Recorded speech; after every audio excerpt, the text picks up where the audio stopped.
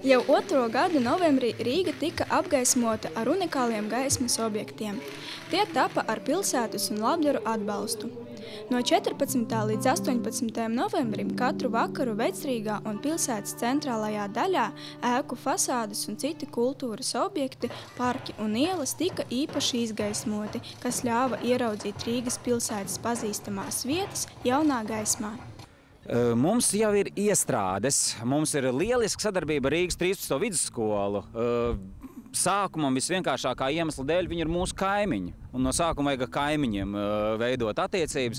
Un tādēļ mums jau ir vairāk kārtē bijusi auglīga sadarbība, kad skolēni nāk pie mums ciemos, realizējās, dara un pēc tam vēro savu padarītā augļus. Tas gan bija uz iepirkumu maisiņiem, un tas arī bija šogad, kad viņi atnāca palīdzēja man krāsot un dažādi savādāk veidoja lampas no dažādiem materiāliem.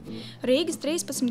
vidusskolas skolēni izteica vēlmi un izrādīja iniciatīvu sadarboties ar šī pasākuma organizatoriem un papildināt projektu ar paštaisītām gaismas lampām. Pirmām kārtām mēs apmeklējām kultūras namu komutatoru, kas atrodas Andrejas salā. Šeit mēs projektu nedēļas laikā, kas notika mums oktobrī, nācām ciemos, skatījāmies mākslinieku izstādes, iepazināmies ar jaunākajām tendencēm mākslā.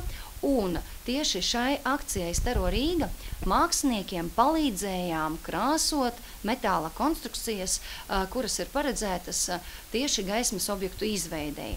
Un mūsu tiešais darbs bija radīt pašiem savus gaismas objektus. Skolēni ar prieku atsaucās šai idejai, un šajā sadarbībā ar Kārli Ādmini mums tapa 3 gaismas objekti, 3 reāli darbojošās lampas. Radot šos gaismas objektus, projekts deva iespēju skolēniem, studentiem strādāt komandās, izpausties jaunajiem dizaineriem, parādīt, cik neparasti ir visu darbu autoru fantāzija. Kaut arī tas aizņēma daudz laika un prasīja lielu pacietību, darbs parādīja, cik liels var būt radošā cilvēka potenciāls. Skolēni no Rīgas 13. vidusskolas strādāja aktīvi, ar interesi un vēlējās izveidot ko jaunu un neparastu, lai skatītājiem paliktu atmiņā viņu paštaisītās lampas. Lai lampas atšķirtos no citām, skolēni pat sarīkoja skolā akciju, kas palīdzēja viņiem savākt nepieciešamajam darbam daudz dažādu pogu. Par šo projektu mēs uzzinājām no preses. Mēs nolēmām, ka mēs šajā projektā piedalīsimies un prezentēsim savu augstskolu, kā to, ka mēs parādām, ka mēs esam jaunietes, kas spēj piedalīties it visā, neskatoties uz to, ka mēs esam tendēts vairāk tā kā uz karsēm meitiņiem, bet mēs šeit parādījām to, ka mēs varam darboties savādāk, vairāk improvizēt.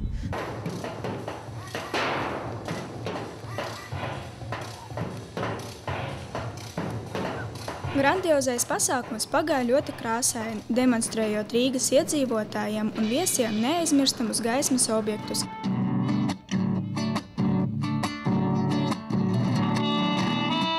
Speciāli portālam e-skola Inese Ostaņina, Aleksandrs Usevičs, Nikita Voloģājevs.